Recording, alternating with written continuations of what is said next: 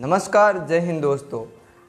23 मार्च वो दिन जिस दिन माँ भारती के 3 लाल आज़ादी के लिए कुर्बान हुए थे, जिन्होंने देश के हर नागरिक के अंदर के इनकलाब को जिंदाबाद बनाया था। 23 साल की उम्र कोई शहीद होने की उम्र नहीं होती, फिर भी जिन्होंने अपना अंजाम जानते हुए मौत को चुन लिया, वो किस सोच के लोग रहे होंगे, इसका अंदाज़ा लगाइए। उस उम्र में भगत सिंह साहब ने फांसी के फंदे को आज़ादी का आभूषण मानकर अपने गले में डाल लिया था, वो भी सिर्फ मात्र 23 साल की उम्र में। बहुत से लोग भगत सिंह साहब की फ़ोटो अपने डीपी में लगाकर घूमते हैं, लेकिन शायद ही उनमें से किसी ने उनकी कोशिश की हो उनके विचारों को, उनकी विचारधाराओं को, उनके आइडियाओं को समझने की।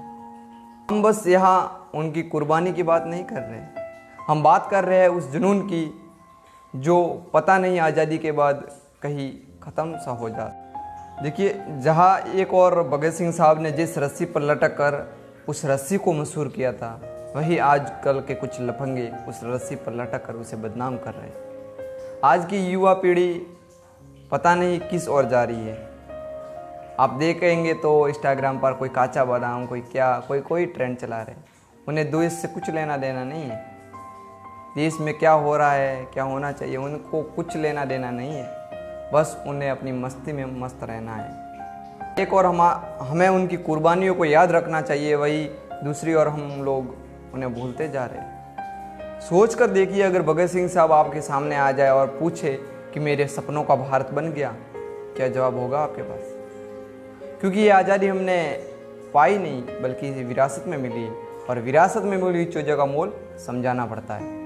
देखिए, गांधी जी जिस रस्सी से अपनी बकरियों को बांधा करते थे, वो आज संग्रहालय में मौजूद है, आपको देखने को मिल जाएगी। लेकिन देश की खातिर, देश की आज़ादी के खातिर जिन वीरों ने अपनी कुर्बानी दी, जो हंसते हंसते उस फंदे पर झूले थे, वो रस्सी आज कहीं गुम सी होती गई है। आज़ादी का मतलब सिर्फ किसी ज़मीन के टुकड़े को आज़ाद कराना नहीं होता, बल्कि उस सोच से आज़ादी होती है जिसने आपको सीमाओं में बांध रखा है।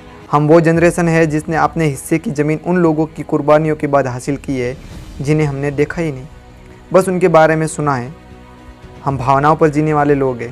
भारत की आज़ादी कोई इवेंट नहीं, बल्कि एक जिम्मेदारी है। आसमान में लहराता हुआ तिरंगा जिन लोगों की जिम्मेदारी पर खड़ा है, वो रोज़ उन सवालों को टाल रहे हैं जो उनसे पूछे जा रहे हैं। इस देश की आज़ादी का पहला मतलब ही यही है कि हम इस बात की गहराई को समझें कि आज़ादी हमको मिली कैसे। किसी खास दिन पर अपनी आज़ादी सेलिब्रेट करना अच्छी बात है, लेकिन उस दिन के बाद क्या हम खुद से ईमानदार रह पा रहे हैं? जो उम्मीदें उन क्रांतिकारियों ने हमसे लगाई थी, क्या हम उसे पूरी कर पा रहे हैं? अगर नहीं तो हम किससे झूठ बोल पा रहे हैं? सोच कर देखिए कि अगर आज भगत सिंह साहब जिंदा होते और आपके सामने आकर आपसे पूछे, क्या मेरे सपनों का भारत बन गया, क्या जवाब होगा हमारे पास? क्योंकि इस जनरेशन ने आज़ादी पाई नहीं, बल्कि उसे विरासत में आज़ादी मिली है, और विरासत में मिली हुई चीज़ों का मोल समझाना पड़ता है। अगर इस देश की यंग जनरेशन सच में आज़ादी मनाना चाहती है, एक सच्ची आज़ादी, तो पहले वह एक अच्छा नागरिक बने। 15 अगस्त के बाद सड़क पर गिरे तिरंगे और फैला कूड़ा बताता है कि देश की किसी कोने में किसी ने इस आज़ादी को फॉर ग्रांटेड ले लिया है। किसी भी देश की मजबूती का सबसे पहला पिलर ही ये होता है कि उसके लोग उस देश की भावनाओं को कितनी इज्जत देते हैं, चाहे वो सड़क पर जो फैला कूड़ा हो या इस देश के रिसोर्सों को बर्बाद करना।